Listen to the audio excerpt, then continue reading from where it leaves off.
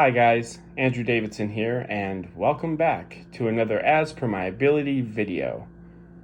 What you are about to listen to is a narrative story, written and narrated by myself.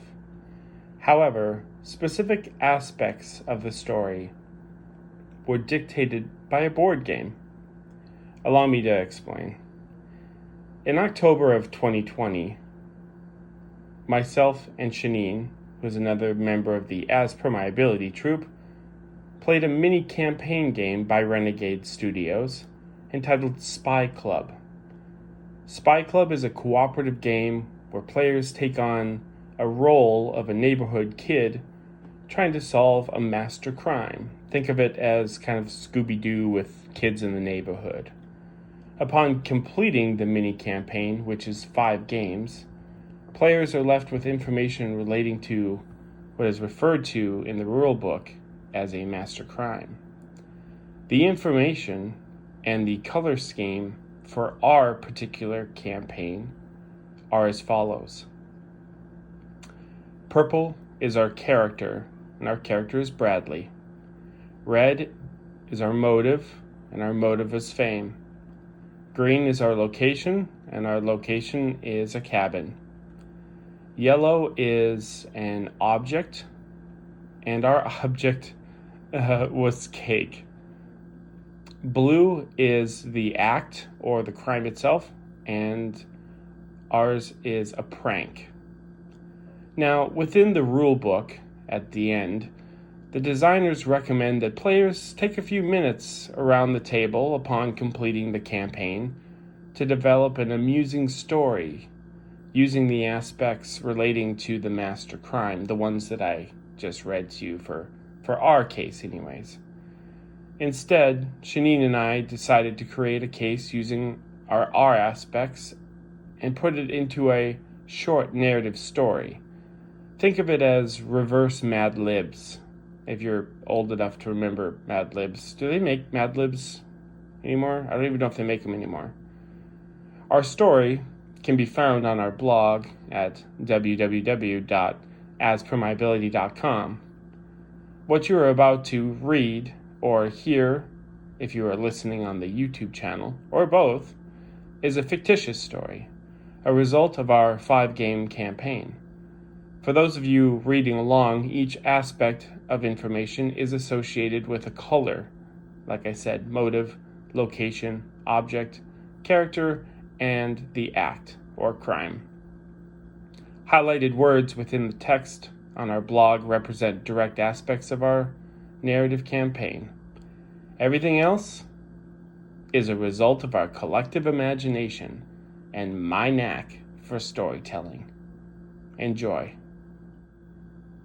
Wrong place, wrong time. A Spy Club story. Part 1. The opening act.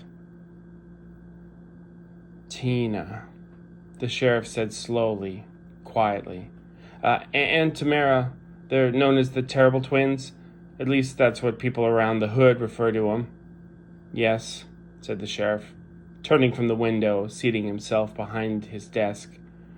I am familiar with the Danner siblings. Sheriff Adrian sat in his rickety wooden chair. Drug addicts, yes? As far as I see it?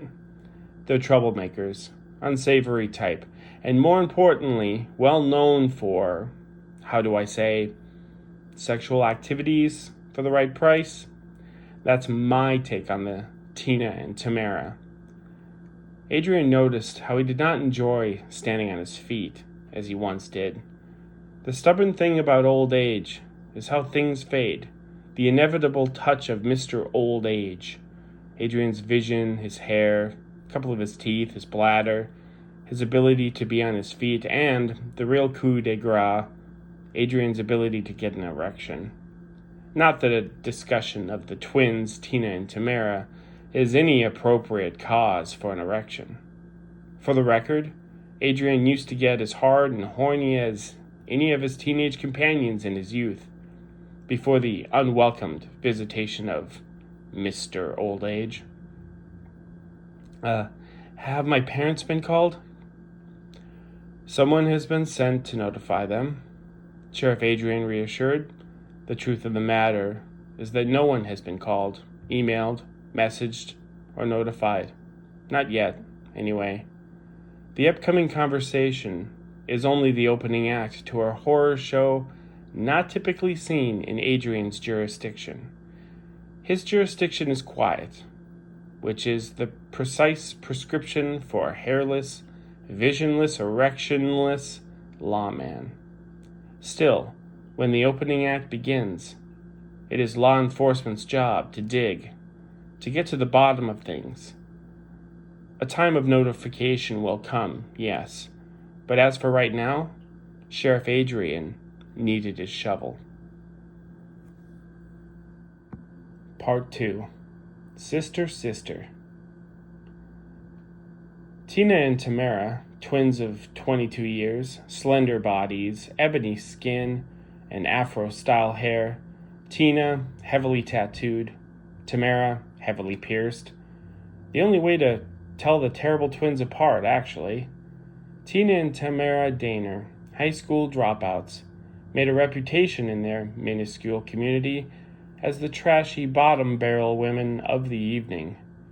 Addicted to drugs, the twins' view of the world is narrow.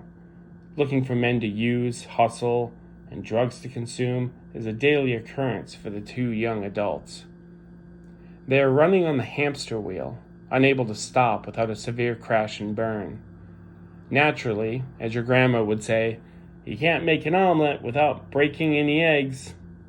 It is worth noting that with a hardcore drug lifestyle, many enemies are made. The twins possess many enemies: drug dealers they've ripped off, men they've stolen from, businesses they've shoplifted. Due to their drug-addled behavior, Tina and Tamara are typically considered by and large as social parasites. Tina and Tamara's father, currently serving a life sentence for a botched gas station robbery, with a cash attendant, along with a few witnesses in the heat of the moment, was shot and killed.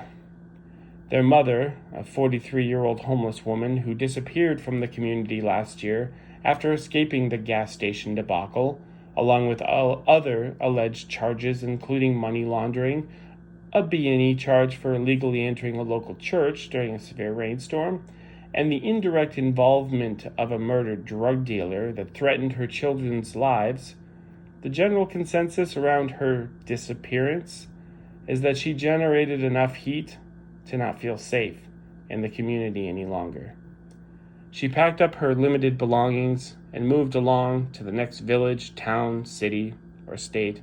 But then again, sometimes people disappear for other reasons. Then again, some people end up swimming in the local river with a trench coat filled with rocks the size of newborns. Some people end up swimming in the river with a bullet-shaped hole in the back of their skull. But stranger things have happened. Chapter 3. In the Beginning. The pimple-faced 18-year-old seated across Sheriff Adrian's beautiful dark oak desk is Bradley Rose, the town's snot-nosed brat. He sat wearing a short-sleeved red shirt, the local high school football logo, the Port Point Grove Pandas, screen printed on the sleeves, custom designer blue jeans, and a generic baseball cap to unit his unkempt curly black hair. Bradley's place of employment, 500 yards from where he sat, down the street, at Jack and Jill's Hill convenience store, a play on the old nursery rhyme. However, Sheriff Adrian knows the establishment was owned by neither a Jack nor a Jill. It is owned by an affluent businessman by the name of Norman Rose, Bradley's father. "Son," Sheriff Adrian said plainly, "before we continue with this shitstorm of a mess, I need to make you aware of a few things." "Oh, sure," Bradley replied. Sheriff Adrian began. "You have the right to remain silent. Anything you say can and will be used against you in a court of law. You have the right to an attorney, blah, blah, blah, blah. If you cannot afford an attorney, one will be provided for you.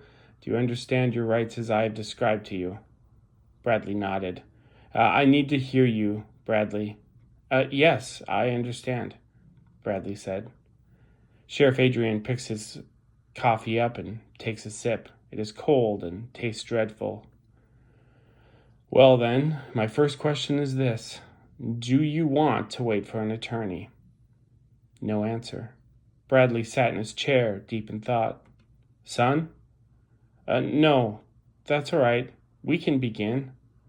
Are you sure, son? You have every right to wait. Sheriff Adrian stood on a collision course for a long night of questions and answers. He stood up, moved across the linoleum floor to the dirty coffee machine resting on a small table in the corner of the room, and switched it on. We can begin, Bradley repeated, and so he did.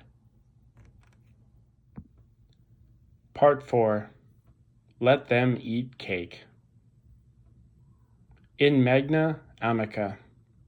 That's the name of the cabin. It's Latin, roughly translates to the Big Friendly. Right on the shore, 2 stories, larger than life windows. If a mansion swallowed up a sawmill and shat out a building, it would be our cabin, the Big Friendly. It's more of a getaway resort than an isolated dwelling. We've had the place since I was a child. Father bought it for my mom, back when she was alive. My father is an intimidating person. You need to understand this, to understand what I'm about to tell you, Sheriff.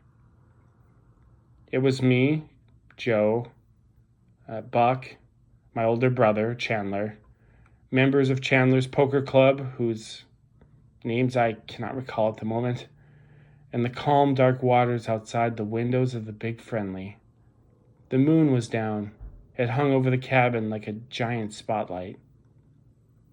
The idea started as a prank. I swear, Sheriff, a prank. We gathered at the Big Friendly to celebrate Chandler's upcoming wedding. He's getting married next weekend, a massive wedding with around 1,000 attendees coming from all over the country.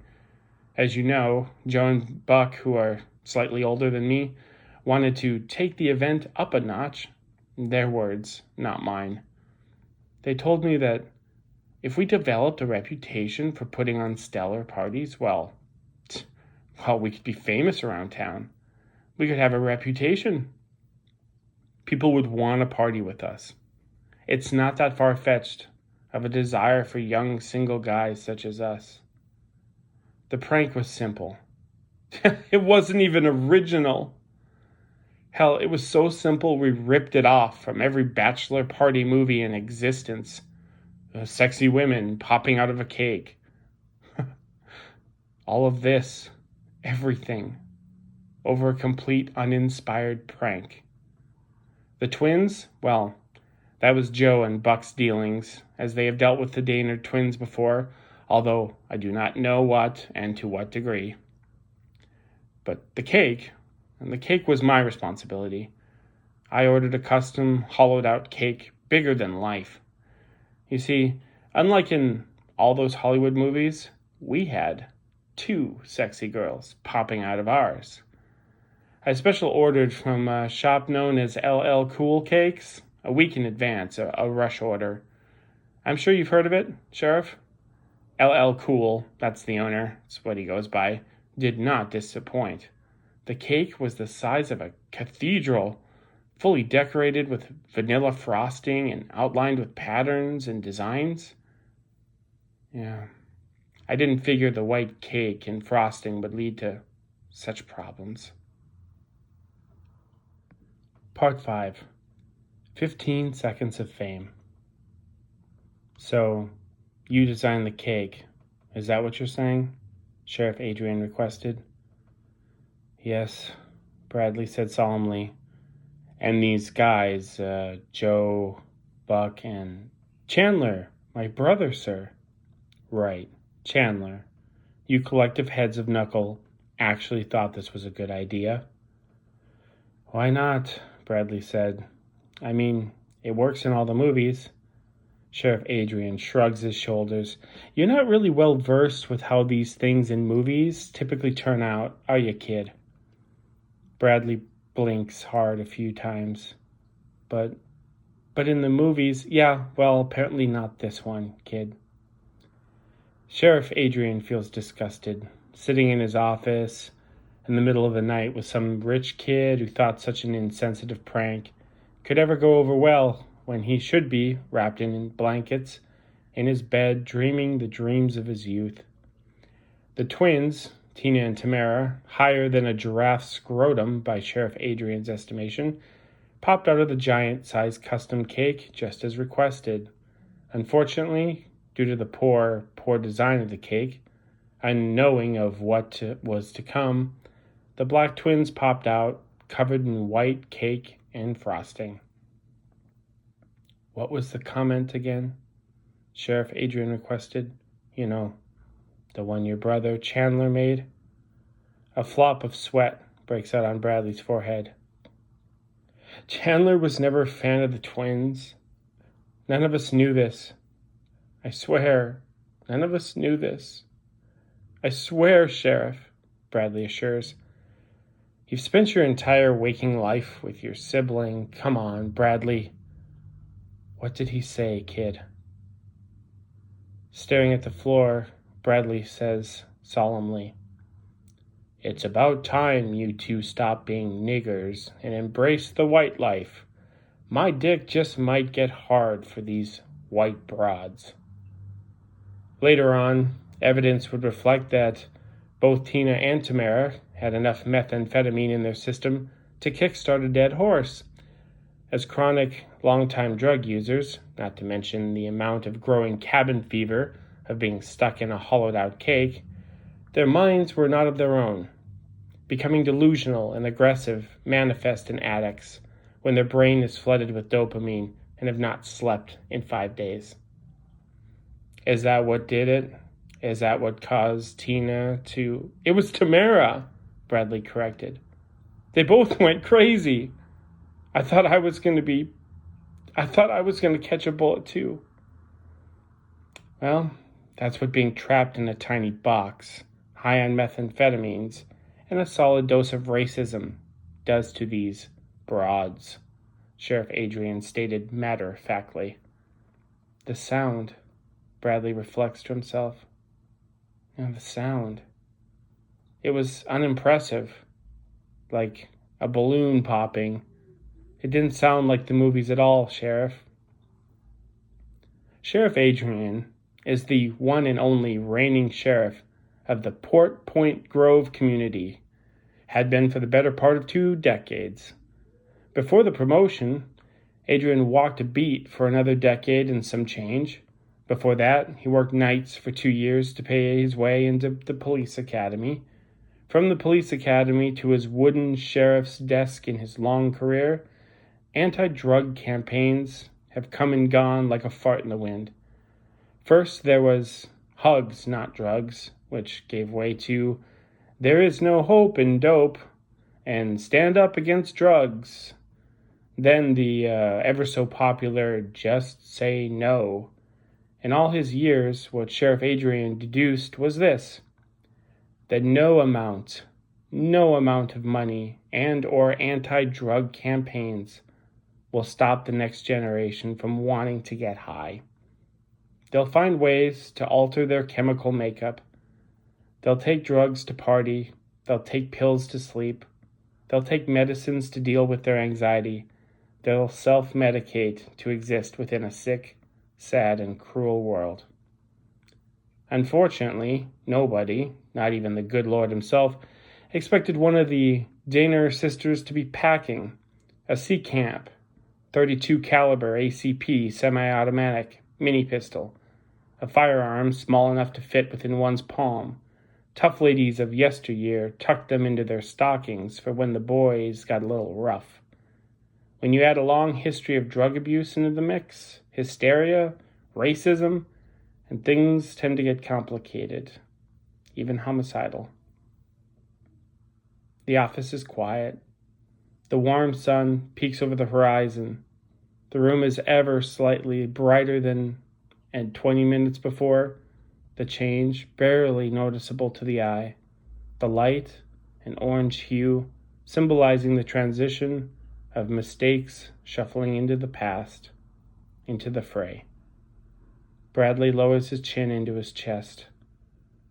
With tears in his eyes, he asks, "Sheriff, is my brother, is he dead?"